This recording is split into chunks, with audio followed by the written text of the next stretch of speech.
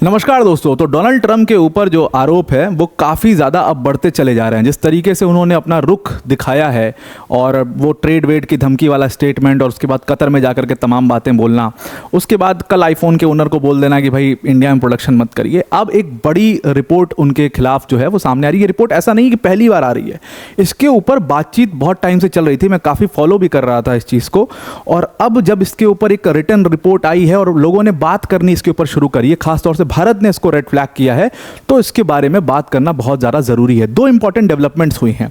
एक important development ये हुई है कि जब पहलगाम टेरर अटैक के बाद भारत ने स्ट्राइक किया पाकिस्तान को, तो सबसे ज़्यादा अगर किसी को परेशानी हुई तो वो यूएस दिखाई दिया। सबसे पहले उस मामले में कूदना, स्टेटमेंट्स देना, शांत कराने की कोशिश करना, ये सब करना। दूसरी चीज़, इसी पॉइंट ऑफ टाइम पर आईएमएफ का $1 बिलियन का बेल आउट मिल जाता है पाकिस्तान को। दूसरा, ये दोनों सवाल जो हैं ये बड़े सवाल हैं और इसमें यूएस का रोल समझना बहुत ज़रूरी है। यहाँ पर इसके ऊपर आरोप जो है वो डोनाल्ड ट्रंप के ऊपर लग रहा है और इसमें डोनाल्ड ट्रंप और आसिम मुनीर के बड़े क्लोज रिश्ते जो है वो यहाँ पर दिखाया जा रहा है। और अगर आसिम मुनीर, शहबाज शरीफ के रिश्ते डोनाल्ड ट्रंप के साथ सीधे सीधे स्थापित हो रहे हैं, इसका मतलब साफ साफ है कि कहीं ना कहीं डोनाल्ड ट्रंप एक इंटरनल डील सा कर रहे हैं पाकिस्तान के साथ, और उनकी कोशिश ये है कि ये पता ना लगे, ये दुनिया में बाहर ना आए ये बात। तो उसको समझने की कोशिश करते हैं इस आर्टिकल में। बेसिकली हुआ क्या, मतलब जो पूरा ये आरोप लगा है डोनाल्ड ट्रंप के ऊपर, ये किस चीज़ से है। ठीक पहलगाम टेरर अटैक के कुछ दिनों पहले की ये बात है, जब एक बड़ी डील सामने आई है यूएस के बीच में और पाकिस्तान के बीच में। यूएस की बेसिकली एक कंपनी है जो कि क्रिप्टो करेंसी में डील करती है और उस कंपनी का सीधा लिंक है डोनाल्ड ट्रंप की फैमिली के साथ। और दूसरी तरफ नाम आया है क्रिप्टो काउंसिल का, जो कि अभी मतलब एक आध महीने पहले ही बनी है पाकिस्तान के अंदर में। वो आपने सुना भी होगा, क्रिप्टो काउंसिल जो बनी है उसमें आसिम मुनीर का यहाँ पर नाम आया है कि उस मीटिंग में आसिम मुनीर मौजूद थे, शहबाज शरीफ मौजूद थे, और दूसरी तरफ डोनाल्ड ट्रंप की फैमिली वाली जो कंपनी है इसका नाम सामने आया है। बेसिकली ये जो डील है, ये क्रिप्टो करेंसी यूएस की फर्म है, क्रिप्टो करेंसी फर्म है जिसका नाम है वर्ल्ड लिबर्टी फाइनेंशियल। ये वर्ल्ड लिबर्टी फाइनेंशियल नाम की जो कंपनी है, बेसिकली इसकी डील हुई है क्रिप्टो काउंसिल के साथ जो कि पाकिस्तान की है। अब सवाल खड़ा होता है कि इसके बीच में लिंक स्थापित कैसे करें डोनाल्ड ट्रंप के। तो ये वर्ल्ड लिबर्टी फाइनेंशियल है, इसको एक एंटिटी ओन करती है जिसका नाम है डीटी मार्क्स एलएलपी। अभी जो डीटी मार्क्स एलएलपी है, इसमें डोनाल्ड ट्रंप की पूरी फैमिली के पैसे लगे। बेसिकली ये पूरी डोनाल्ड ट्रंप की फैमिली का ही है और वो एंटिटी वर्ल्ड लिबर्टी फाइनेंशियल को ओन करती है। अब अगर आप देखेंगे इसमें पूरा स्टेक्स, तो इस एंटरप्राइज के अंदर, ये एंटरप्राइज बेसिकली डील करता है क्रिप्टो करेंसी में और ब्लॉकचेन इन्वेस्टमेंट में, और इस एंटरप्राइज के अंदर डोनाल्ड ट्रंप के बेटे एरिक और डोनाल्ड जूनियर का स्टेक्स है। उसके साथ साथ एक बड़ा स्टेक इसमें डोनाल्ड ट्रंप के सन इन लॉ जो हैं जारेड कुशनर, उनका भी है। अब अगर पूरी फैमिली का इसमें हम स्टेक्स मिला देते हैं तो इस कंपनी में 60% जो ओनरशिप है कलेक्टिवली, वो ट्रंप फैमिली की ओनरशिप है। और ये जो इस कंपनी का नाम है वर्ल्ड लिबर्टी फाइनेंशियल, इसको ध्यान में रखिएगा। तो ये वर्ल्ड लिबर्टी फाइनेंशियल ने अभी पहलगाम टेरर अटैक से थोड़ा दिन पहले अप्रैल के महीने में ही एक लेटर ऑफ इंटेंट साइन किया पाकिस्तान की क्रिप्टो काउंसिल के साथ। और इस चीज़ को कैसे पूरा प्लान किया गया पाकिस्तान द्वारा भी, इसको भी समझना बहुत ज़्यादा ज़रूरी है। तो पाकिस्तान ने अपना क्रिप्टो काउंसिल बनाया। अब यूएस के फर्म और डोनाल्ड ट्रंप की फैमिली के साथ अगर लिंक स्थापित करने हैं तो उनको पर्सन चाहिए, a good person to do that, a good person to represent that. तो इन्होंने क्या किया, इस क्रिप्टो काउंसिल के अंदर में इन्होंने एडवाइज़र रखा बाइनेंस के फाउंडर शान पेंग जाओ को। अब ये बाइनेंस जो है, बेसिकली ये एक क्रिप्टो करेंसी एक्सचेंज है, प्लेटफॉर्म है जहाँ पर आप क्रिप्टो करेंसी खरीद सकते हैं, बेच सकते हैं, ट्रेड कर सकते हैं क्रिप्टो में। बेसिकली ये बाइनेंस के जो फाउंडर है शान पेंग जाओ, he is Chinese and he is based in Canada. उसके साथ साथ ये शान पेंग जाओ जो हैं, इनको 4 मंथ की जेल भी हुई थी यूएस के अंदर पिछली सरकार में। और ये 4 मंथ की जो जेल हुई थी, ये कुछ लॉज वॉज को ब्रेक करने और कुछ मनी लॉन्ड्रिंग का इनके ऊपर इल्ज़ाम लगा था, जिसके बाद इनको ये जेल हुई थी और इन्होंने एक्सेप्ट किया था उस चीज़ को। बड़ी बात इसमें यह है, तो वो पिछली सरकार में जेल में भी गए थे। ये शान पेंग जाओ जो है, इनके खिलाफ एक और 2023 का फाइनेंशियल टाइम्स का आर्टिकल भी है, आप जाकर के उसको पढ़िएगा, जहाँ पर इनके लिंक्स दिखाए गए थे, इनके चाइनीज़ लिंक्स को स्थापित किया गया था। तो शान पेंग जाओ वो व्यक्ति हैं, तो एकदम बिल्कुल करेक्ट व्यक्ति जो कि इंडिया के एफर्ट्स को हर तरह से अंडरमाइन करना जानता है, उस व्यक्ति को, बाइनेंस के फाउंडर को यहाँ पर इस क्रिप्टो काउंसिल में एज अ एडवाइजर इन लोगों ने रखा। And he basically, it is said that he brokered this whole deal between US and Pakistan. तो ये डील कोई यूएस की क्रिप्टो करेंसी फर्म और पाकिस्तान की क्रिप्टो काउंसिल के बीच में नहीं है, it is between the US government and the Pakistan government. कैसे है वो अभी थोड़ी देर में आपको पता लग जाएगा। तो ये सब कुछ डील ब्रोकर हुआ, लेटर ऑफ इंटेंट एंड पे साइन वाइन हुआ, उसके बाद यूएस की एक हाई लेवल टीम जो है, हाई लेवल एग्जीक्यूटिव्स की जो टीम है, हाई प्रोफाइल टीम, वो पहुंचती है इस्लामाबाद के अंदर इस डील को साइन करने। और इस पूरी टीम को हेड कौन कर रहा था? इस पूरी टीम को हेड कर रहे थे जैकरी विटकॉफ। अब जैकरी विटकॉफ कौन है? नाम से आपको पता लग गया होगा, डोनाल्ड ट्रंप के सबसे परम मित्र, जो सबसे बड़े बिजनेस पार्टनर हैं डोनाल्ड ट्रंप के, और इस समय पर एनवॉय हैं मिडिल ईस्ट के, जिनका नाम है स्टीव विटकॉफ। उनके बेटे हैं जैकरी विटकॉफ। इस पूरी टीम को वो लीड कर रहे थे। और दूसरी तरफ जो पाकिस्तान की टीम थी, उसको कौन लीड कर रहा था? उसको आसिम मुनीर लीड कर रहे थे। खुद आसिम मुनीर ने इनका बड़ा स्वागत किया इस पूरी टीम का। और ये पूरी क्लोज डोर मीटिंग हुई, जिसमें आसिम मुनीर और शहबाज शरीफ भी वहां पर मौजूद थे। अब जैसे ये मीटिंग हुई, क्लोज डोर मीटिंग हुई, इसकी कोई तस्वीरें बाहर नहीं आई, कुछ नहीं आया, लेकिन रिपोर्ट्स तो बाहर आ गई, बात चर्चा हो गई। भारत ने इसको रेड फ्लैग किया, भारत ने इसके ऊपर बात करनी शुरू करी।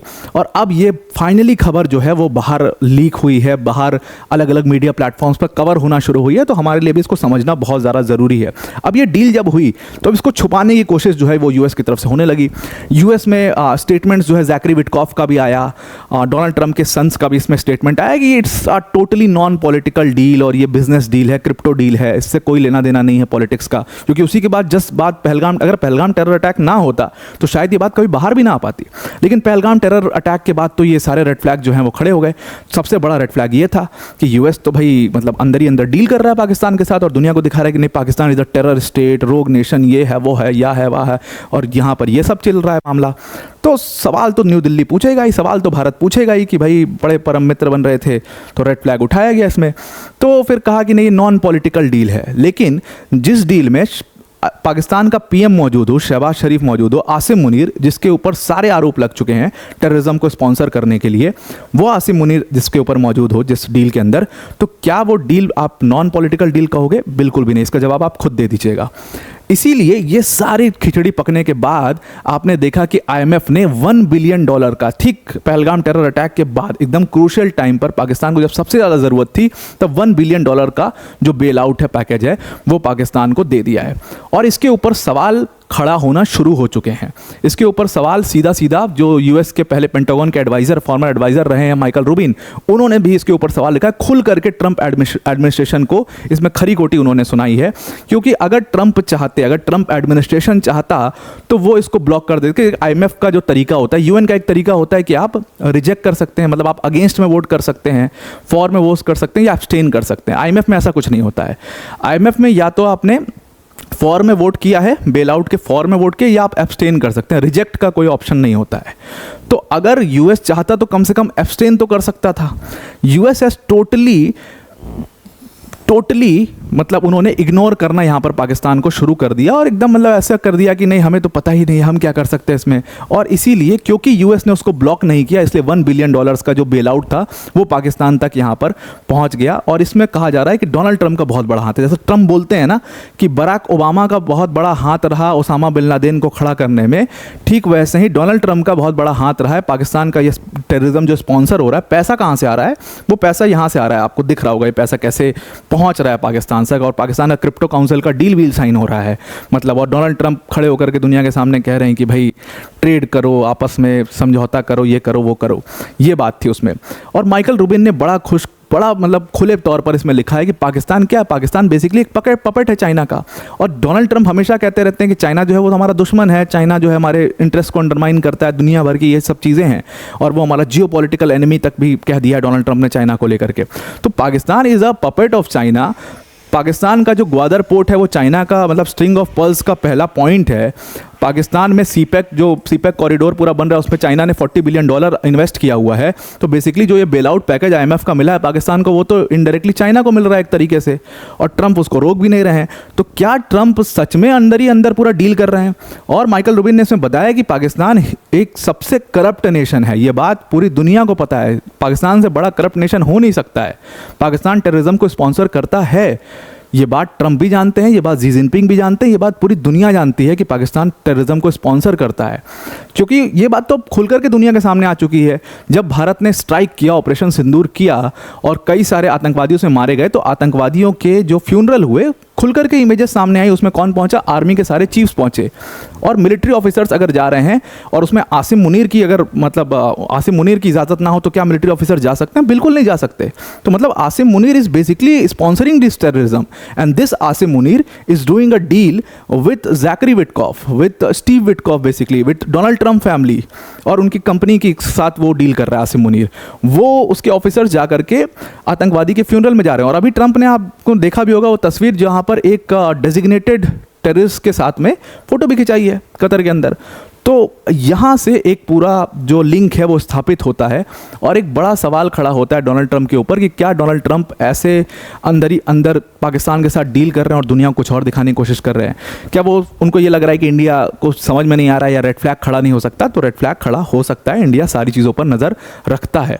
और इसीलिए कहा जाता है कि there are no permanent friends, no permanent enemies in geopolitics, everything is on interest basis. तो यहाँ पर इंटरेस्ट बेसिस आपको सीधा सीधा समझ में आ रहा होगा। फिर पाकिस्तान की बेइज्जती करना तो एक मतलब एक रिचुअल है सबके लिए, तो वो माइकल रूबिन ने भी कर दिया। उन्होंने कहा कि जब इंडिया ने अटैक किया पाकिस्तान के ऊपर, ये सब डील वील हटाओ, जब इंडिया ने अटैक किया पाकिस्तान के ऊपर तो they were running like a scared dog with its tail between its legs. सीधा सीधा ये बात उन्होंने अपने उसमें लगी। और पाकिस्तान की भाई पुरानी आदत, हारने के बाद भी एक पूरा नैरेटिव क्रिएट करना कि भाई हम ये वॉर जीत गए हैं, हमने ये कर दिया, हमने वो कर दिया, वो करने की कोशिश कॉपी कैट की तरह जो प्रधानमंत्री नरेंद्र मोदी कर रहे हैं। देखिए आप एकदम सेम चीज़ शहबाज शरीफ कर रहा है। वो एयरबेस पर गए, आदमपुर गए, तो वो भी सेम अपना फॉलो कर रहा है उसको, वो फोटो डाल रहे हैं, वो बातचीत कर रहे हैं, वो स्टेटमेंट डाल रहे हैं, सब देखिए एकदम पूरा सेम टू सेम वो करने की कोशिश कर रहा है। वो एक नैरेटिव गढ़ने की कोशिश यहाँ पर कर रहा है। तो अब आपको पूरा ये आर्टिकल समझ में आ गया, इसके बारे में आप क्या सोचते हैं ज़रूर से कमेंट करके बताइएगा। पर वीडियो को एंड करने से पहले अनअकैडमी टीम की तरफ से एक बड़ा अनाउंसमेंट है कि अनअकैडमी ने अपना प्रीलिम्स मॉक ड्रिल लॉन्च कर दिया। 16 और 17 मई को सीसैट का टेस्ट यानी कि आज 2:30 बजे होने वाला है। 18 मई को ग्रैंड टेस्ट होगा जीएस और सीसैट का, और ये जो ग्रैंड टेस्ट होगा जीएस और सीसैट का, सुबह 9:30 बजे जीएस का पेपर और 2:30 बजे सीसैट का पेपर। इसको आप ज़रूर से ज़रूर अटेम्प्ट करिएगा।